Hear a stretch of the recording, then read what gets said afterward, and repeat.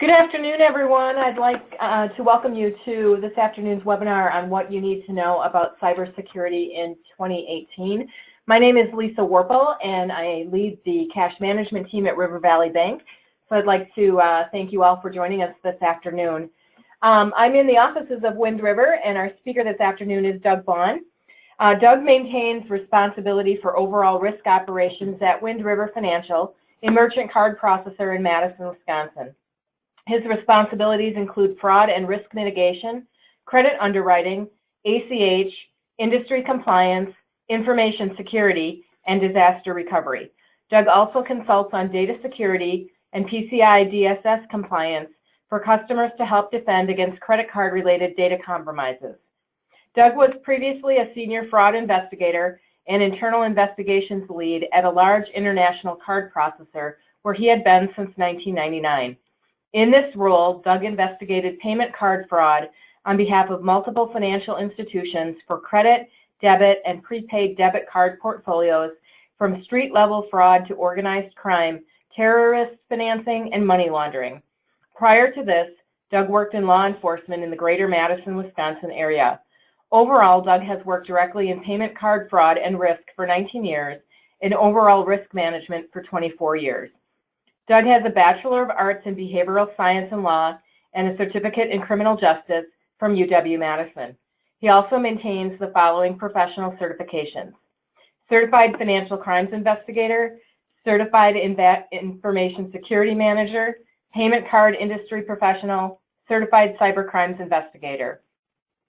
Doug is deeply involved in a professional association called the International Association of Financial Crimes Investigators, or IAFCI. IAFCI is a public-private partnership between risk and fraud personnel from various industries, along with state, federal, local, and international law enforcement. There he serves as general counsel for the association, and he co-chairs IAFCI's Cyber Fraud Industry Group. Doug is also a member of the following regional anti-fraud groups: the Greater Madison Financial Crimes Investigators, U.S. Secret Service Chicago Electronic Crimes Task Force, and the FBI InfraGard Partnership. And so with that, I will turn it over to Doug to kick off the webinar. Thank you. All right. Thank you, Lisa. I apologize about the long bio there. Essentially kind of the boilerplate, so I know it's a bit to get through. So good afternoon, everyone. Today we're talking about what you need to know about cybersecurity in 2018. And we're in partnership with River Valley Bank, a partnership that we greatly appreciate, and hopefully it's beneficial both ways. So we'll go ahead and get into it. One housekeeping item is, if you have a hard time hearing us, let us know.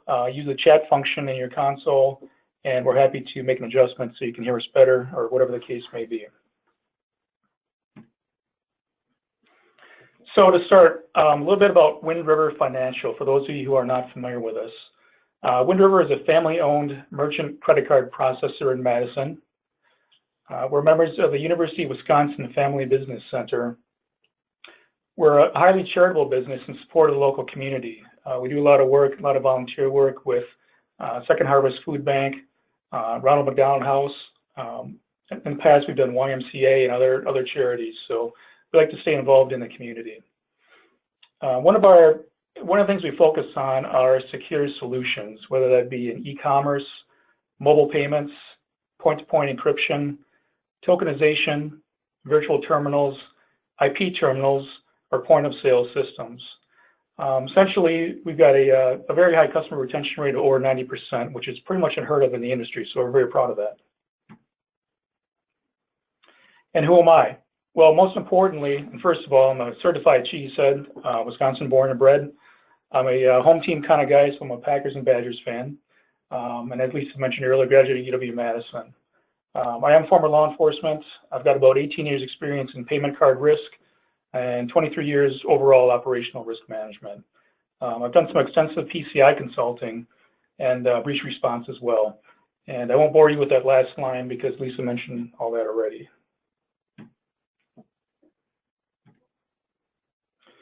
So for today, we're going to talk about what's going on in cybersecurity. What are some trends out there, and what are some current statistics? We're also going to talk a little bit about what is the payment card industry data security standard and why it's important. So what's going on? First, we'll talk about data breaches. Most of these were in 2017. I think there have been a couple this year already, though. Listed here are Equifax. That was a big one. Everybody was talking about that. Sonic Drive-In, Whole Foods, Uber, Intercontinental Hotels Group, Arby's, Chipotle, Kmart, Hyatt, and Forever 21. Now, these are just a few of those listed, and like I mentioned here, it's probably easier to manage a list of those not yet breached, because those who have not been breached has become a pretty exclusive club at this point. These are big names, but over 90% of breaches are actually to small and medium businesses. So some scary statistics for you. In 93% of cases, it took attackers minutes to compromise systems. 93% of cases. That stat comes from Verizon in the 2016 Data Breach Investigations report. Secondly, 7 of 10 businesses believe that their bank would cover a cost if credentials were stolen.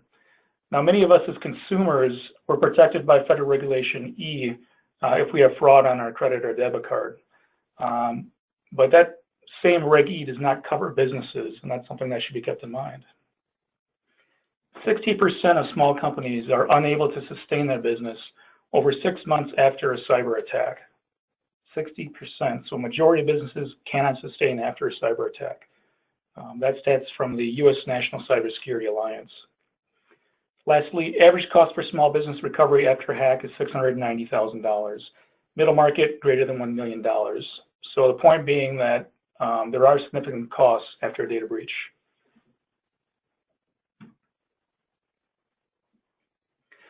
A little bit more information. Most breaches could have been prevented by easy to implement controls that were not in place. Secondly, we talk about reputation risk. Experience tells us that customers will leave entities that have been breached. So it's not about, so really we can talk about scary numbers all day, but it's about reducing the risk to your business. If you're not in business, neither are we. So we want you to stay in business. So what do we do now? So we begin by following a compliance framework, which is designed to mitigate the risk of a breach. This is where PCI comes in. So what is PCI? Well, a lot of times when I'm presenting out and about, when I ask people what their impression is of what PCI is, what I hear is PCI is the devil. It's kind of a scary looking devil guy there. But I promise you, it is not. It's a data security framework focused on credit card data. It's mandated by Visa, MasterCard, American Express, and Discover. So it's the payment card brands that mandate compliance with the framework, even if processors like us are required to enforce it. It reduces business risk by reducing the chance of a data compromise. Now, it's not a guarantee if you're compliant that you're not going to get breached, but it certainly reduces the risk of getting compromised. It's a series of best practices. Within PCI are people, processes, and technology. So we're not just looking at, where's your internet connection, what's it connected to. We're also looking at processes and procedures around people internally, because those are important as well. The total PCI standard is about 347 requirements. That's pretty big. But don't worry, because small and medium businesses validate to a smaller subset based on how they accept credit cards. Generally what's required for small and medium businesses is annual completion of the self-assessment questionnaire, or SAQ, and network vulnerability scans, if applicable. Basically, if you're processing credit cards and you have an internet connection, you're probably going to have to get scans as well.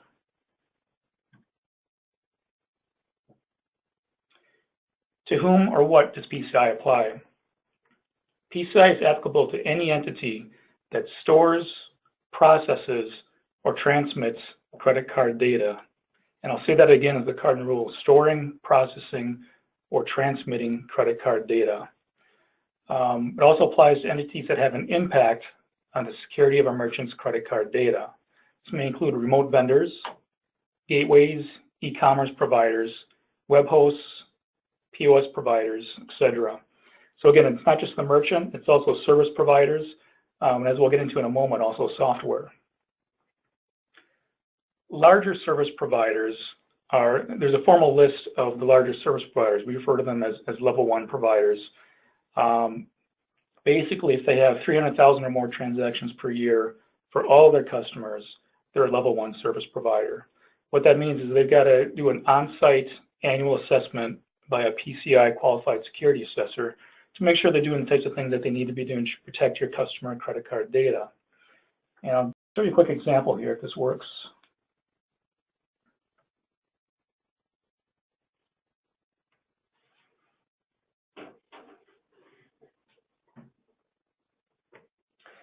So if you're dealing with again, a significantly sized entity, and it really doesn't take much to get to 300,000 or more transactions annually, you're going to check the formal list. And I'll just give you one example here. We do a lot of work with Trust Commerce. And as you can see, they come right up.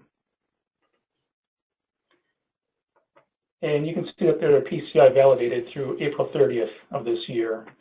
Entities like them renew their compliance annually. They know they have to, otherwise they'll start losing customers.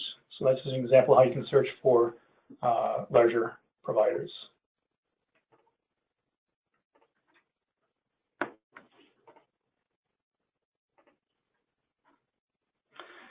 Now you might ask, what about smaller providers? What about my e-commerce web developer? Are they in scope? Well, again, the first thing is, determining scope. Do they store, process, or transmit credit card data? Or could they have an impact on your customer's credit card data? If the answer is yes, then they probably fall into the definition of a service provider. For the smaller ones, the way you're going to determine that, because they're not going to be on that larger list, is to ask them for their certificate of compliance or their attestation of compliance. Now, we've asked a lot of providers these questions along the way here, and we hear every answer imaginable. But really, if they've validated compliance, they should be able to provide you one of those two documents. If they cannot provide that to you, then they probably have not validated compliance. Can you still do business with them? You can, but just be aware that you've introduced another risk to your business. Because if a breach will occur, and Visa or MasterCard find out that you're using an unvalidated service provider, they may take that in consideration when they, when they talk about how much of a fine to assess potentially. Now, as I mentioned earlier, PCI is also applicable to software. There's another standard called the Payment Application Data Security Standard. And as far as scope for that, we look back to that cardinal rule again. Is it software that stores, processes, or transmits credit card data? If so, it's in scope. Any point of sale software that you might buy off the shelf or from a provider is required to be tested and validated. And you can check the formal list on the PCI Council's website at PCISecurityStandards.org, as seen on this slide.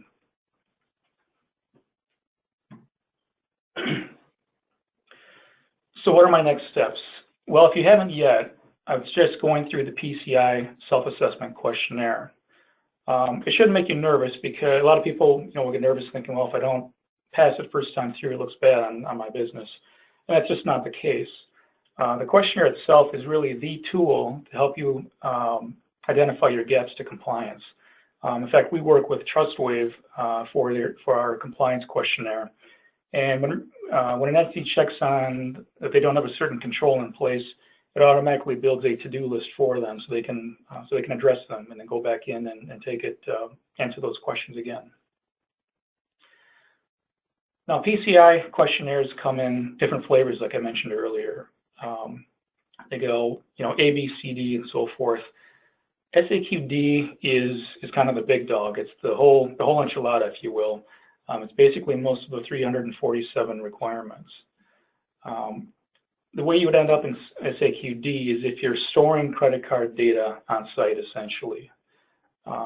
You can do that on certain requirements around storing credit card data, but if you store it on site, that's very high risk, and as a result, you end up in SAQD.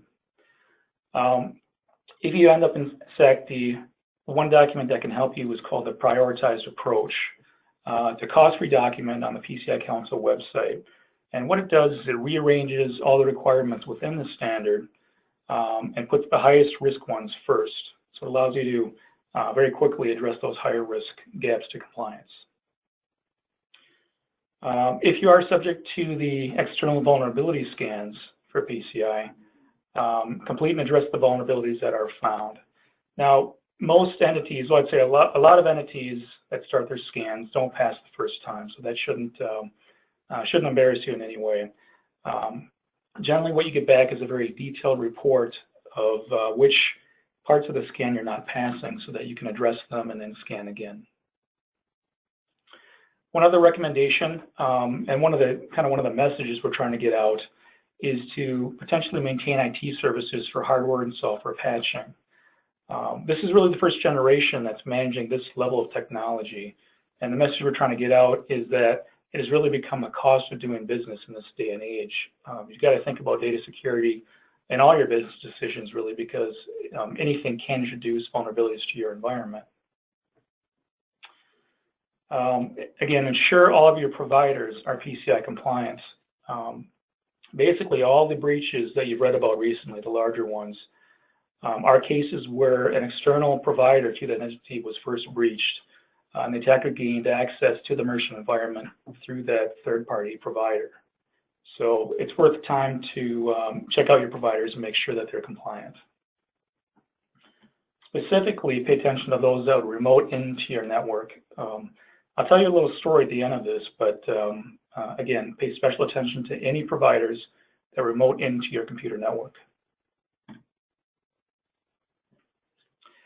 Can certain credit card processing solutions help? So the answer to that is yes. One of the solutions that we have is point-to-point encryption. Basically, point-to-point encryption is state-of-the-art security. You can see the picture on the right side of your screen. It kind of looks like the numeric keypad on your keyboard. And at the top is a slot where you can swipe a credit card. Or if you're in a call center environment, you can key enter the credit card number as well. This device plugs into the USB port on a PC, so it's kind of a plug-and-play experience. And as card transactions are processed through it, it goes out of the computer through a web browser into the gateway for authorization and approval. What this device also does is it encrypts the transaction at the very point that the card data is introduced. Again, whether the card is swiped or whether the card number is key entered before it hits the connected computer. And the reason that's important is because in a lot of attacks, hackers will insert malicious software into the computer's RAM memory, and it grabs credit card data as it goes through RAM memory. If we encrypt that card data before it hits RAM memory, then there's nothing they can do with it. So that's why this is an excellent card security solution. Secondly, it can help limit PCI scope. We allow our customers to validate to a much lower validation regimen if they use this solution. The last thing I'll mention about this is that it also allows for tokenization of transactions for recurring transactions. If you have, for instance, monthly memberships, this will, again, do a one-time transmission of the encrypted credit card data and then return a reference token for later use that can be used for that monthly subscription. And you don't have to worry about that token getting compromised. It's not the actual credit card number. Yeah, so I guess that's all I'll say about that. Now, this is the example I was talking about, remote access. And although this example is getting a bit dated, it was a big one, so it's worth talking about as to what's going on. So this was a Wisconsin case. In April of 2015, a Wisconsin regional restaurant point-of-sale software provider was breached. So what they did is they create POS, they install POS point-of-sale hardware at different food and beverage establishments, mostly, well, in greater Wisconsin, let's say. A majority of them were in the greater Madison area. I think they had a couple up in Door County, a couple in La Crosse, a couple in the Eau Claire area. So they were spread out a little bit, but they were mostly Wisconsin-based. Now, this provider had remote access to all the restaurants they supported. And this is where we get into that discussion of why remote access security is very important. They apparently were not practicing good remote access security. And what we mean by that is a username and a password are not good enough, number one. One of the PCI requirements is that if someone is going to be remoting into your network, they've got to be using dual factor authentication. And what that is when you enter your username and password, but then you might receive a one-time code on your smartphone that you've got to type in order to get into the network. It's an out-of-band authentication and is much more secure. As a matter of fact, you may have heard of the DEF CON conference in Las Vegas every year. It's a hacker conference in Las Vegas. And a survey they did this year, they asked the hackers on site, what is the most difficult security practice to get around as a hacker? And the number one answer was dual factor authentication or multi-factor authentication. So it's a very, very good security practice. Some other practices related to remote access, strong passwords. Your passwords, at a minimum, PCI requires, I believe it's 7 characters, upper and lower case, with a numeric digit. I'd also recommend adding special characters as well. But strong passwords are very good. Secondly, different passwords for all of the customers, all the business customers. It's quite possible this entity was using the same password for all their customers. So once they got into one, they essentially had the keys of the kingdom to all of them. Third, any multiple employees at this entity were probably sharing passwords as well, rather than different passwords. What that does is allow you to identify which employee's access was used. So those are just a few examples of things they should be doing. So in the end here, what hackers did is they used that remote access with, again, poor security. They installed malicious software into the restaurant POS systems, again, that stole credit card data from the computer's RAM. They took possession of that data, and they then sold it on darknet websites or carding websites. We won't get into the whole darknet discussion on this presentation, but basically selling it on the air of the internet that's not accessed by most users. We then have counterfeiters, counterfeiters that purchase the data and produce physical counterfeit credit cards. Now, the magnetic stripes on credit cards are static data. They can be copied just like the old cassette tapes. I might be dating myself a bit here, but just as I used to pirate cassette tapes and copy them for friends, the credit cards can be copied just as easily and used. And the systems cannot tell the difference between that counterfeit card and the real one. I can take a library card or a video store card, a hotel room key, and I can re-encode it, and the system thinks it's a legitimate credit card. It's for that reason that the industry has moved toward chip cards. And for chip cards, it's dynamic data, and the information for every transaction changes, and it's not done in a manner that can be guessed or brute forced by attackers. So they're very, very secure. To our knowledge, there has never, ever to date been a successful counterfeit chip card. Again, they might do the mag stripe that's on that card, but the chip cannot be reproduced in that manner.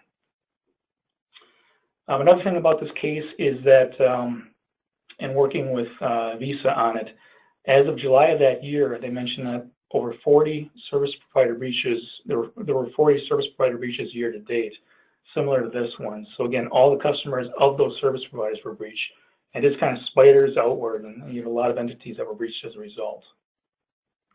So the end point is it's not a matter of if, it's a matter of when you may experience a data breach. So it's best to be prepared. So that's all pretty quick to me. I don't know about the others in this room, but this brings us to our question and answer session. If there are any questions, I'm happy to entertain them. I don't know if you want to use the chat function on GoToWebinar.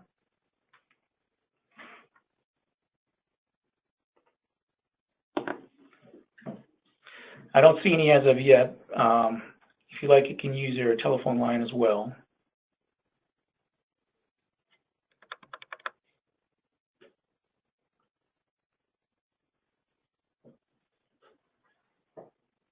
All right.